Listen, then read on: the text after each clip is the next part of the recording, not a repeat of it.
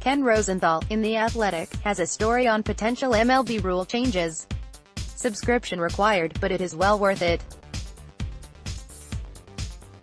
Let's talk about them for a moment or two. Requirement for pitchers to face a minimum of 3 batters. I'll admit, I hate rule changes that limit strategy.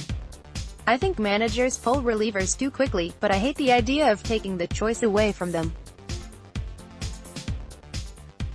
It seems like a rule that's built to drive LOOGYs out of baseball. I think that managers should let relievers pitch more than an inning. I hate when relievers are taken out of games when they are pitching well. I think, if a guy does a great job in his first inning of relief, why not leave him out there for another inning? I hate that managers cycle through 5, 6, 7 relievers in a game. I don't see the point in using everyone and then not having anyone rested the next day. But, I'm not for taking the choice away from the managers. And I don't understand how the 3-batter minimum will work if the pitcher gets the last out of the inning. He has to come back for the first 2 batters of the next inning. I don't think that's a bad thing, but it will be a big change in how some pitchers have been used. And I don't understand how that would work in the NL if the pitcher has due to hit.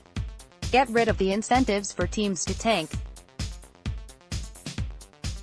This is a proposal from the Players Association. This is something that, I think, baseball has to do. I think it is bad business to tell fans, hey, we aren't trying. Sure, rebuilding is going to happen, but I don't see why teams can't rebuild but stay competitive at the same time. And, I don't think tanking works when you have several teams doing it. This year we might have 5 to 6 teams all tanking at the same time. I think some of the teams are doing it just to make money. Cut payroll as much as humanly possible and make money just off of their TV share, their share from MLB.com, and they don't care that attendance will fall.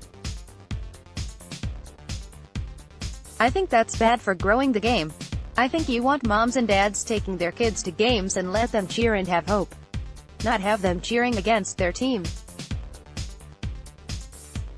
I don't understand why a rebuild and trying to be competitive can't happen at the same time. Take the Jays. Why can't the team work like that? Hey, we have Vlad Jr. and some other good young players, let's try to make the team decent and hope things break well, while bringing up the young guys. There is no reason the Jays shouldn't be in on Bryce Harper. Sign him, have him and Vlad back-to-back in the lineup and sell the fans on. This will be fun. And it isn't like signing Harper is going to hurt us in the future.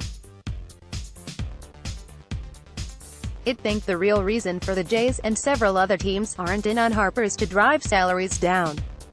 The fewer teams in on him, the less chance of a bidding war. Anyway, I think they need to find a way to stop the incentive to tank. Get rid of service time manipulation. Another thing the players want. And I think fans should want that too. It is hard to believe that we, as fans, have gone along with this. We really should be insisting that the best players be in the majors. Baseball is meant to be entertainment. We would have been far more entertained if Vlad had been up last year. This April would be so much better if we could watch Vlad play for the month. TV ratings would be better. Attendance would be better. Vlad is someone people would pay to watch. But it won't happen, because baseball has made it more important to manipulate service time than to serve the fans. That's just wrong. Bring the DH to the NL.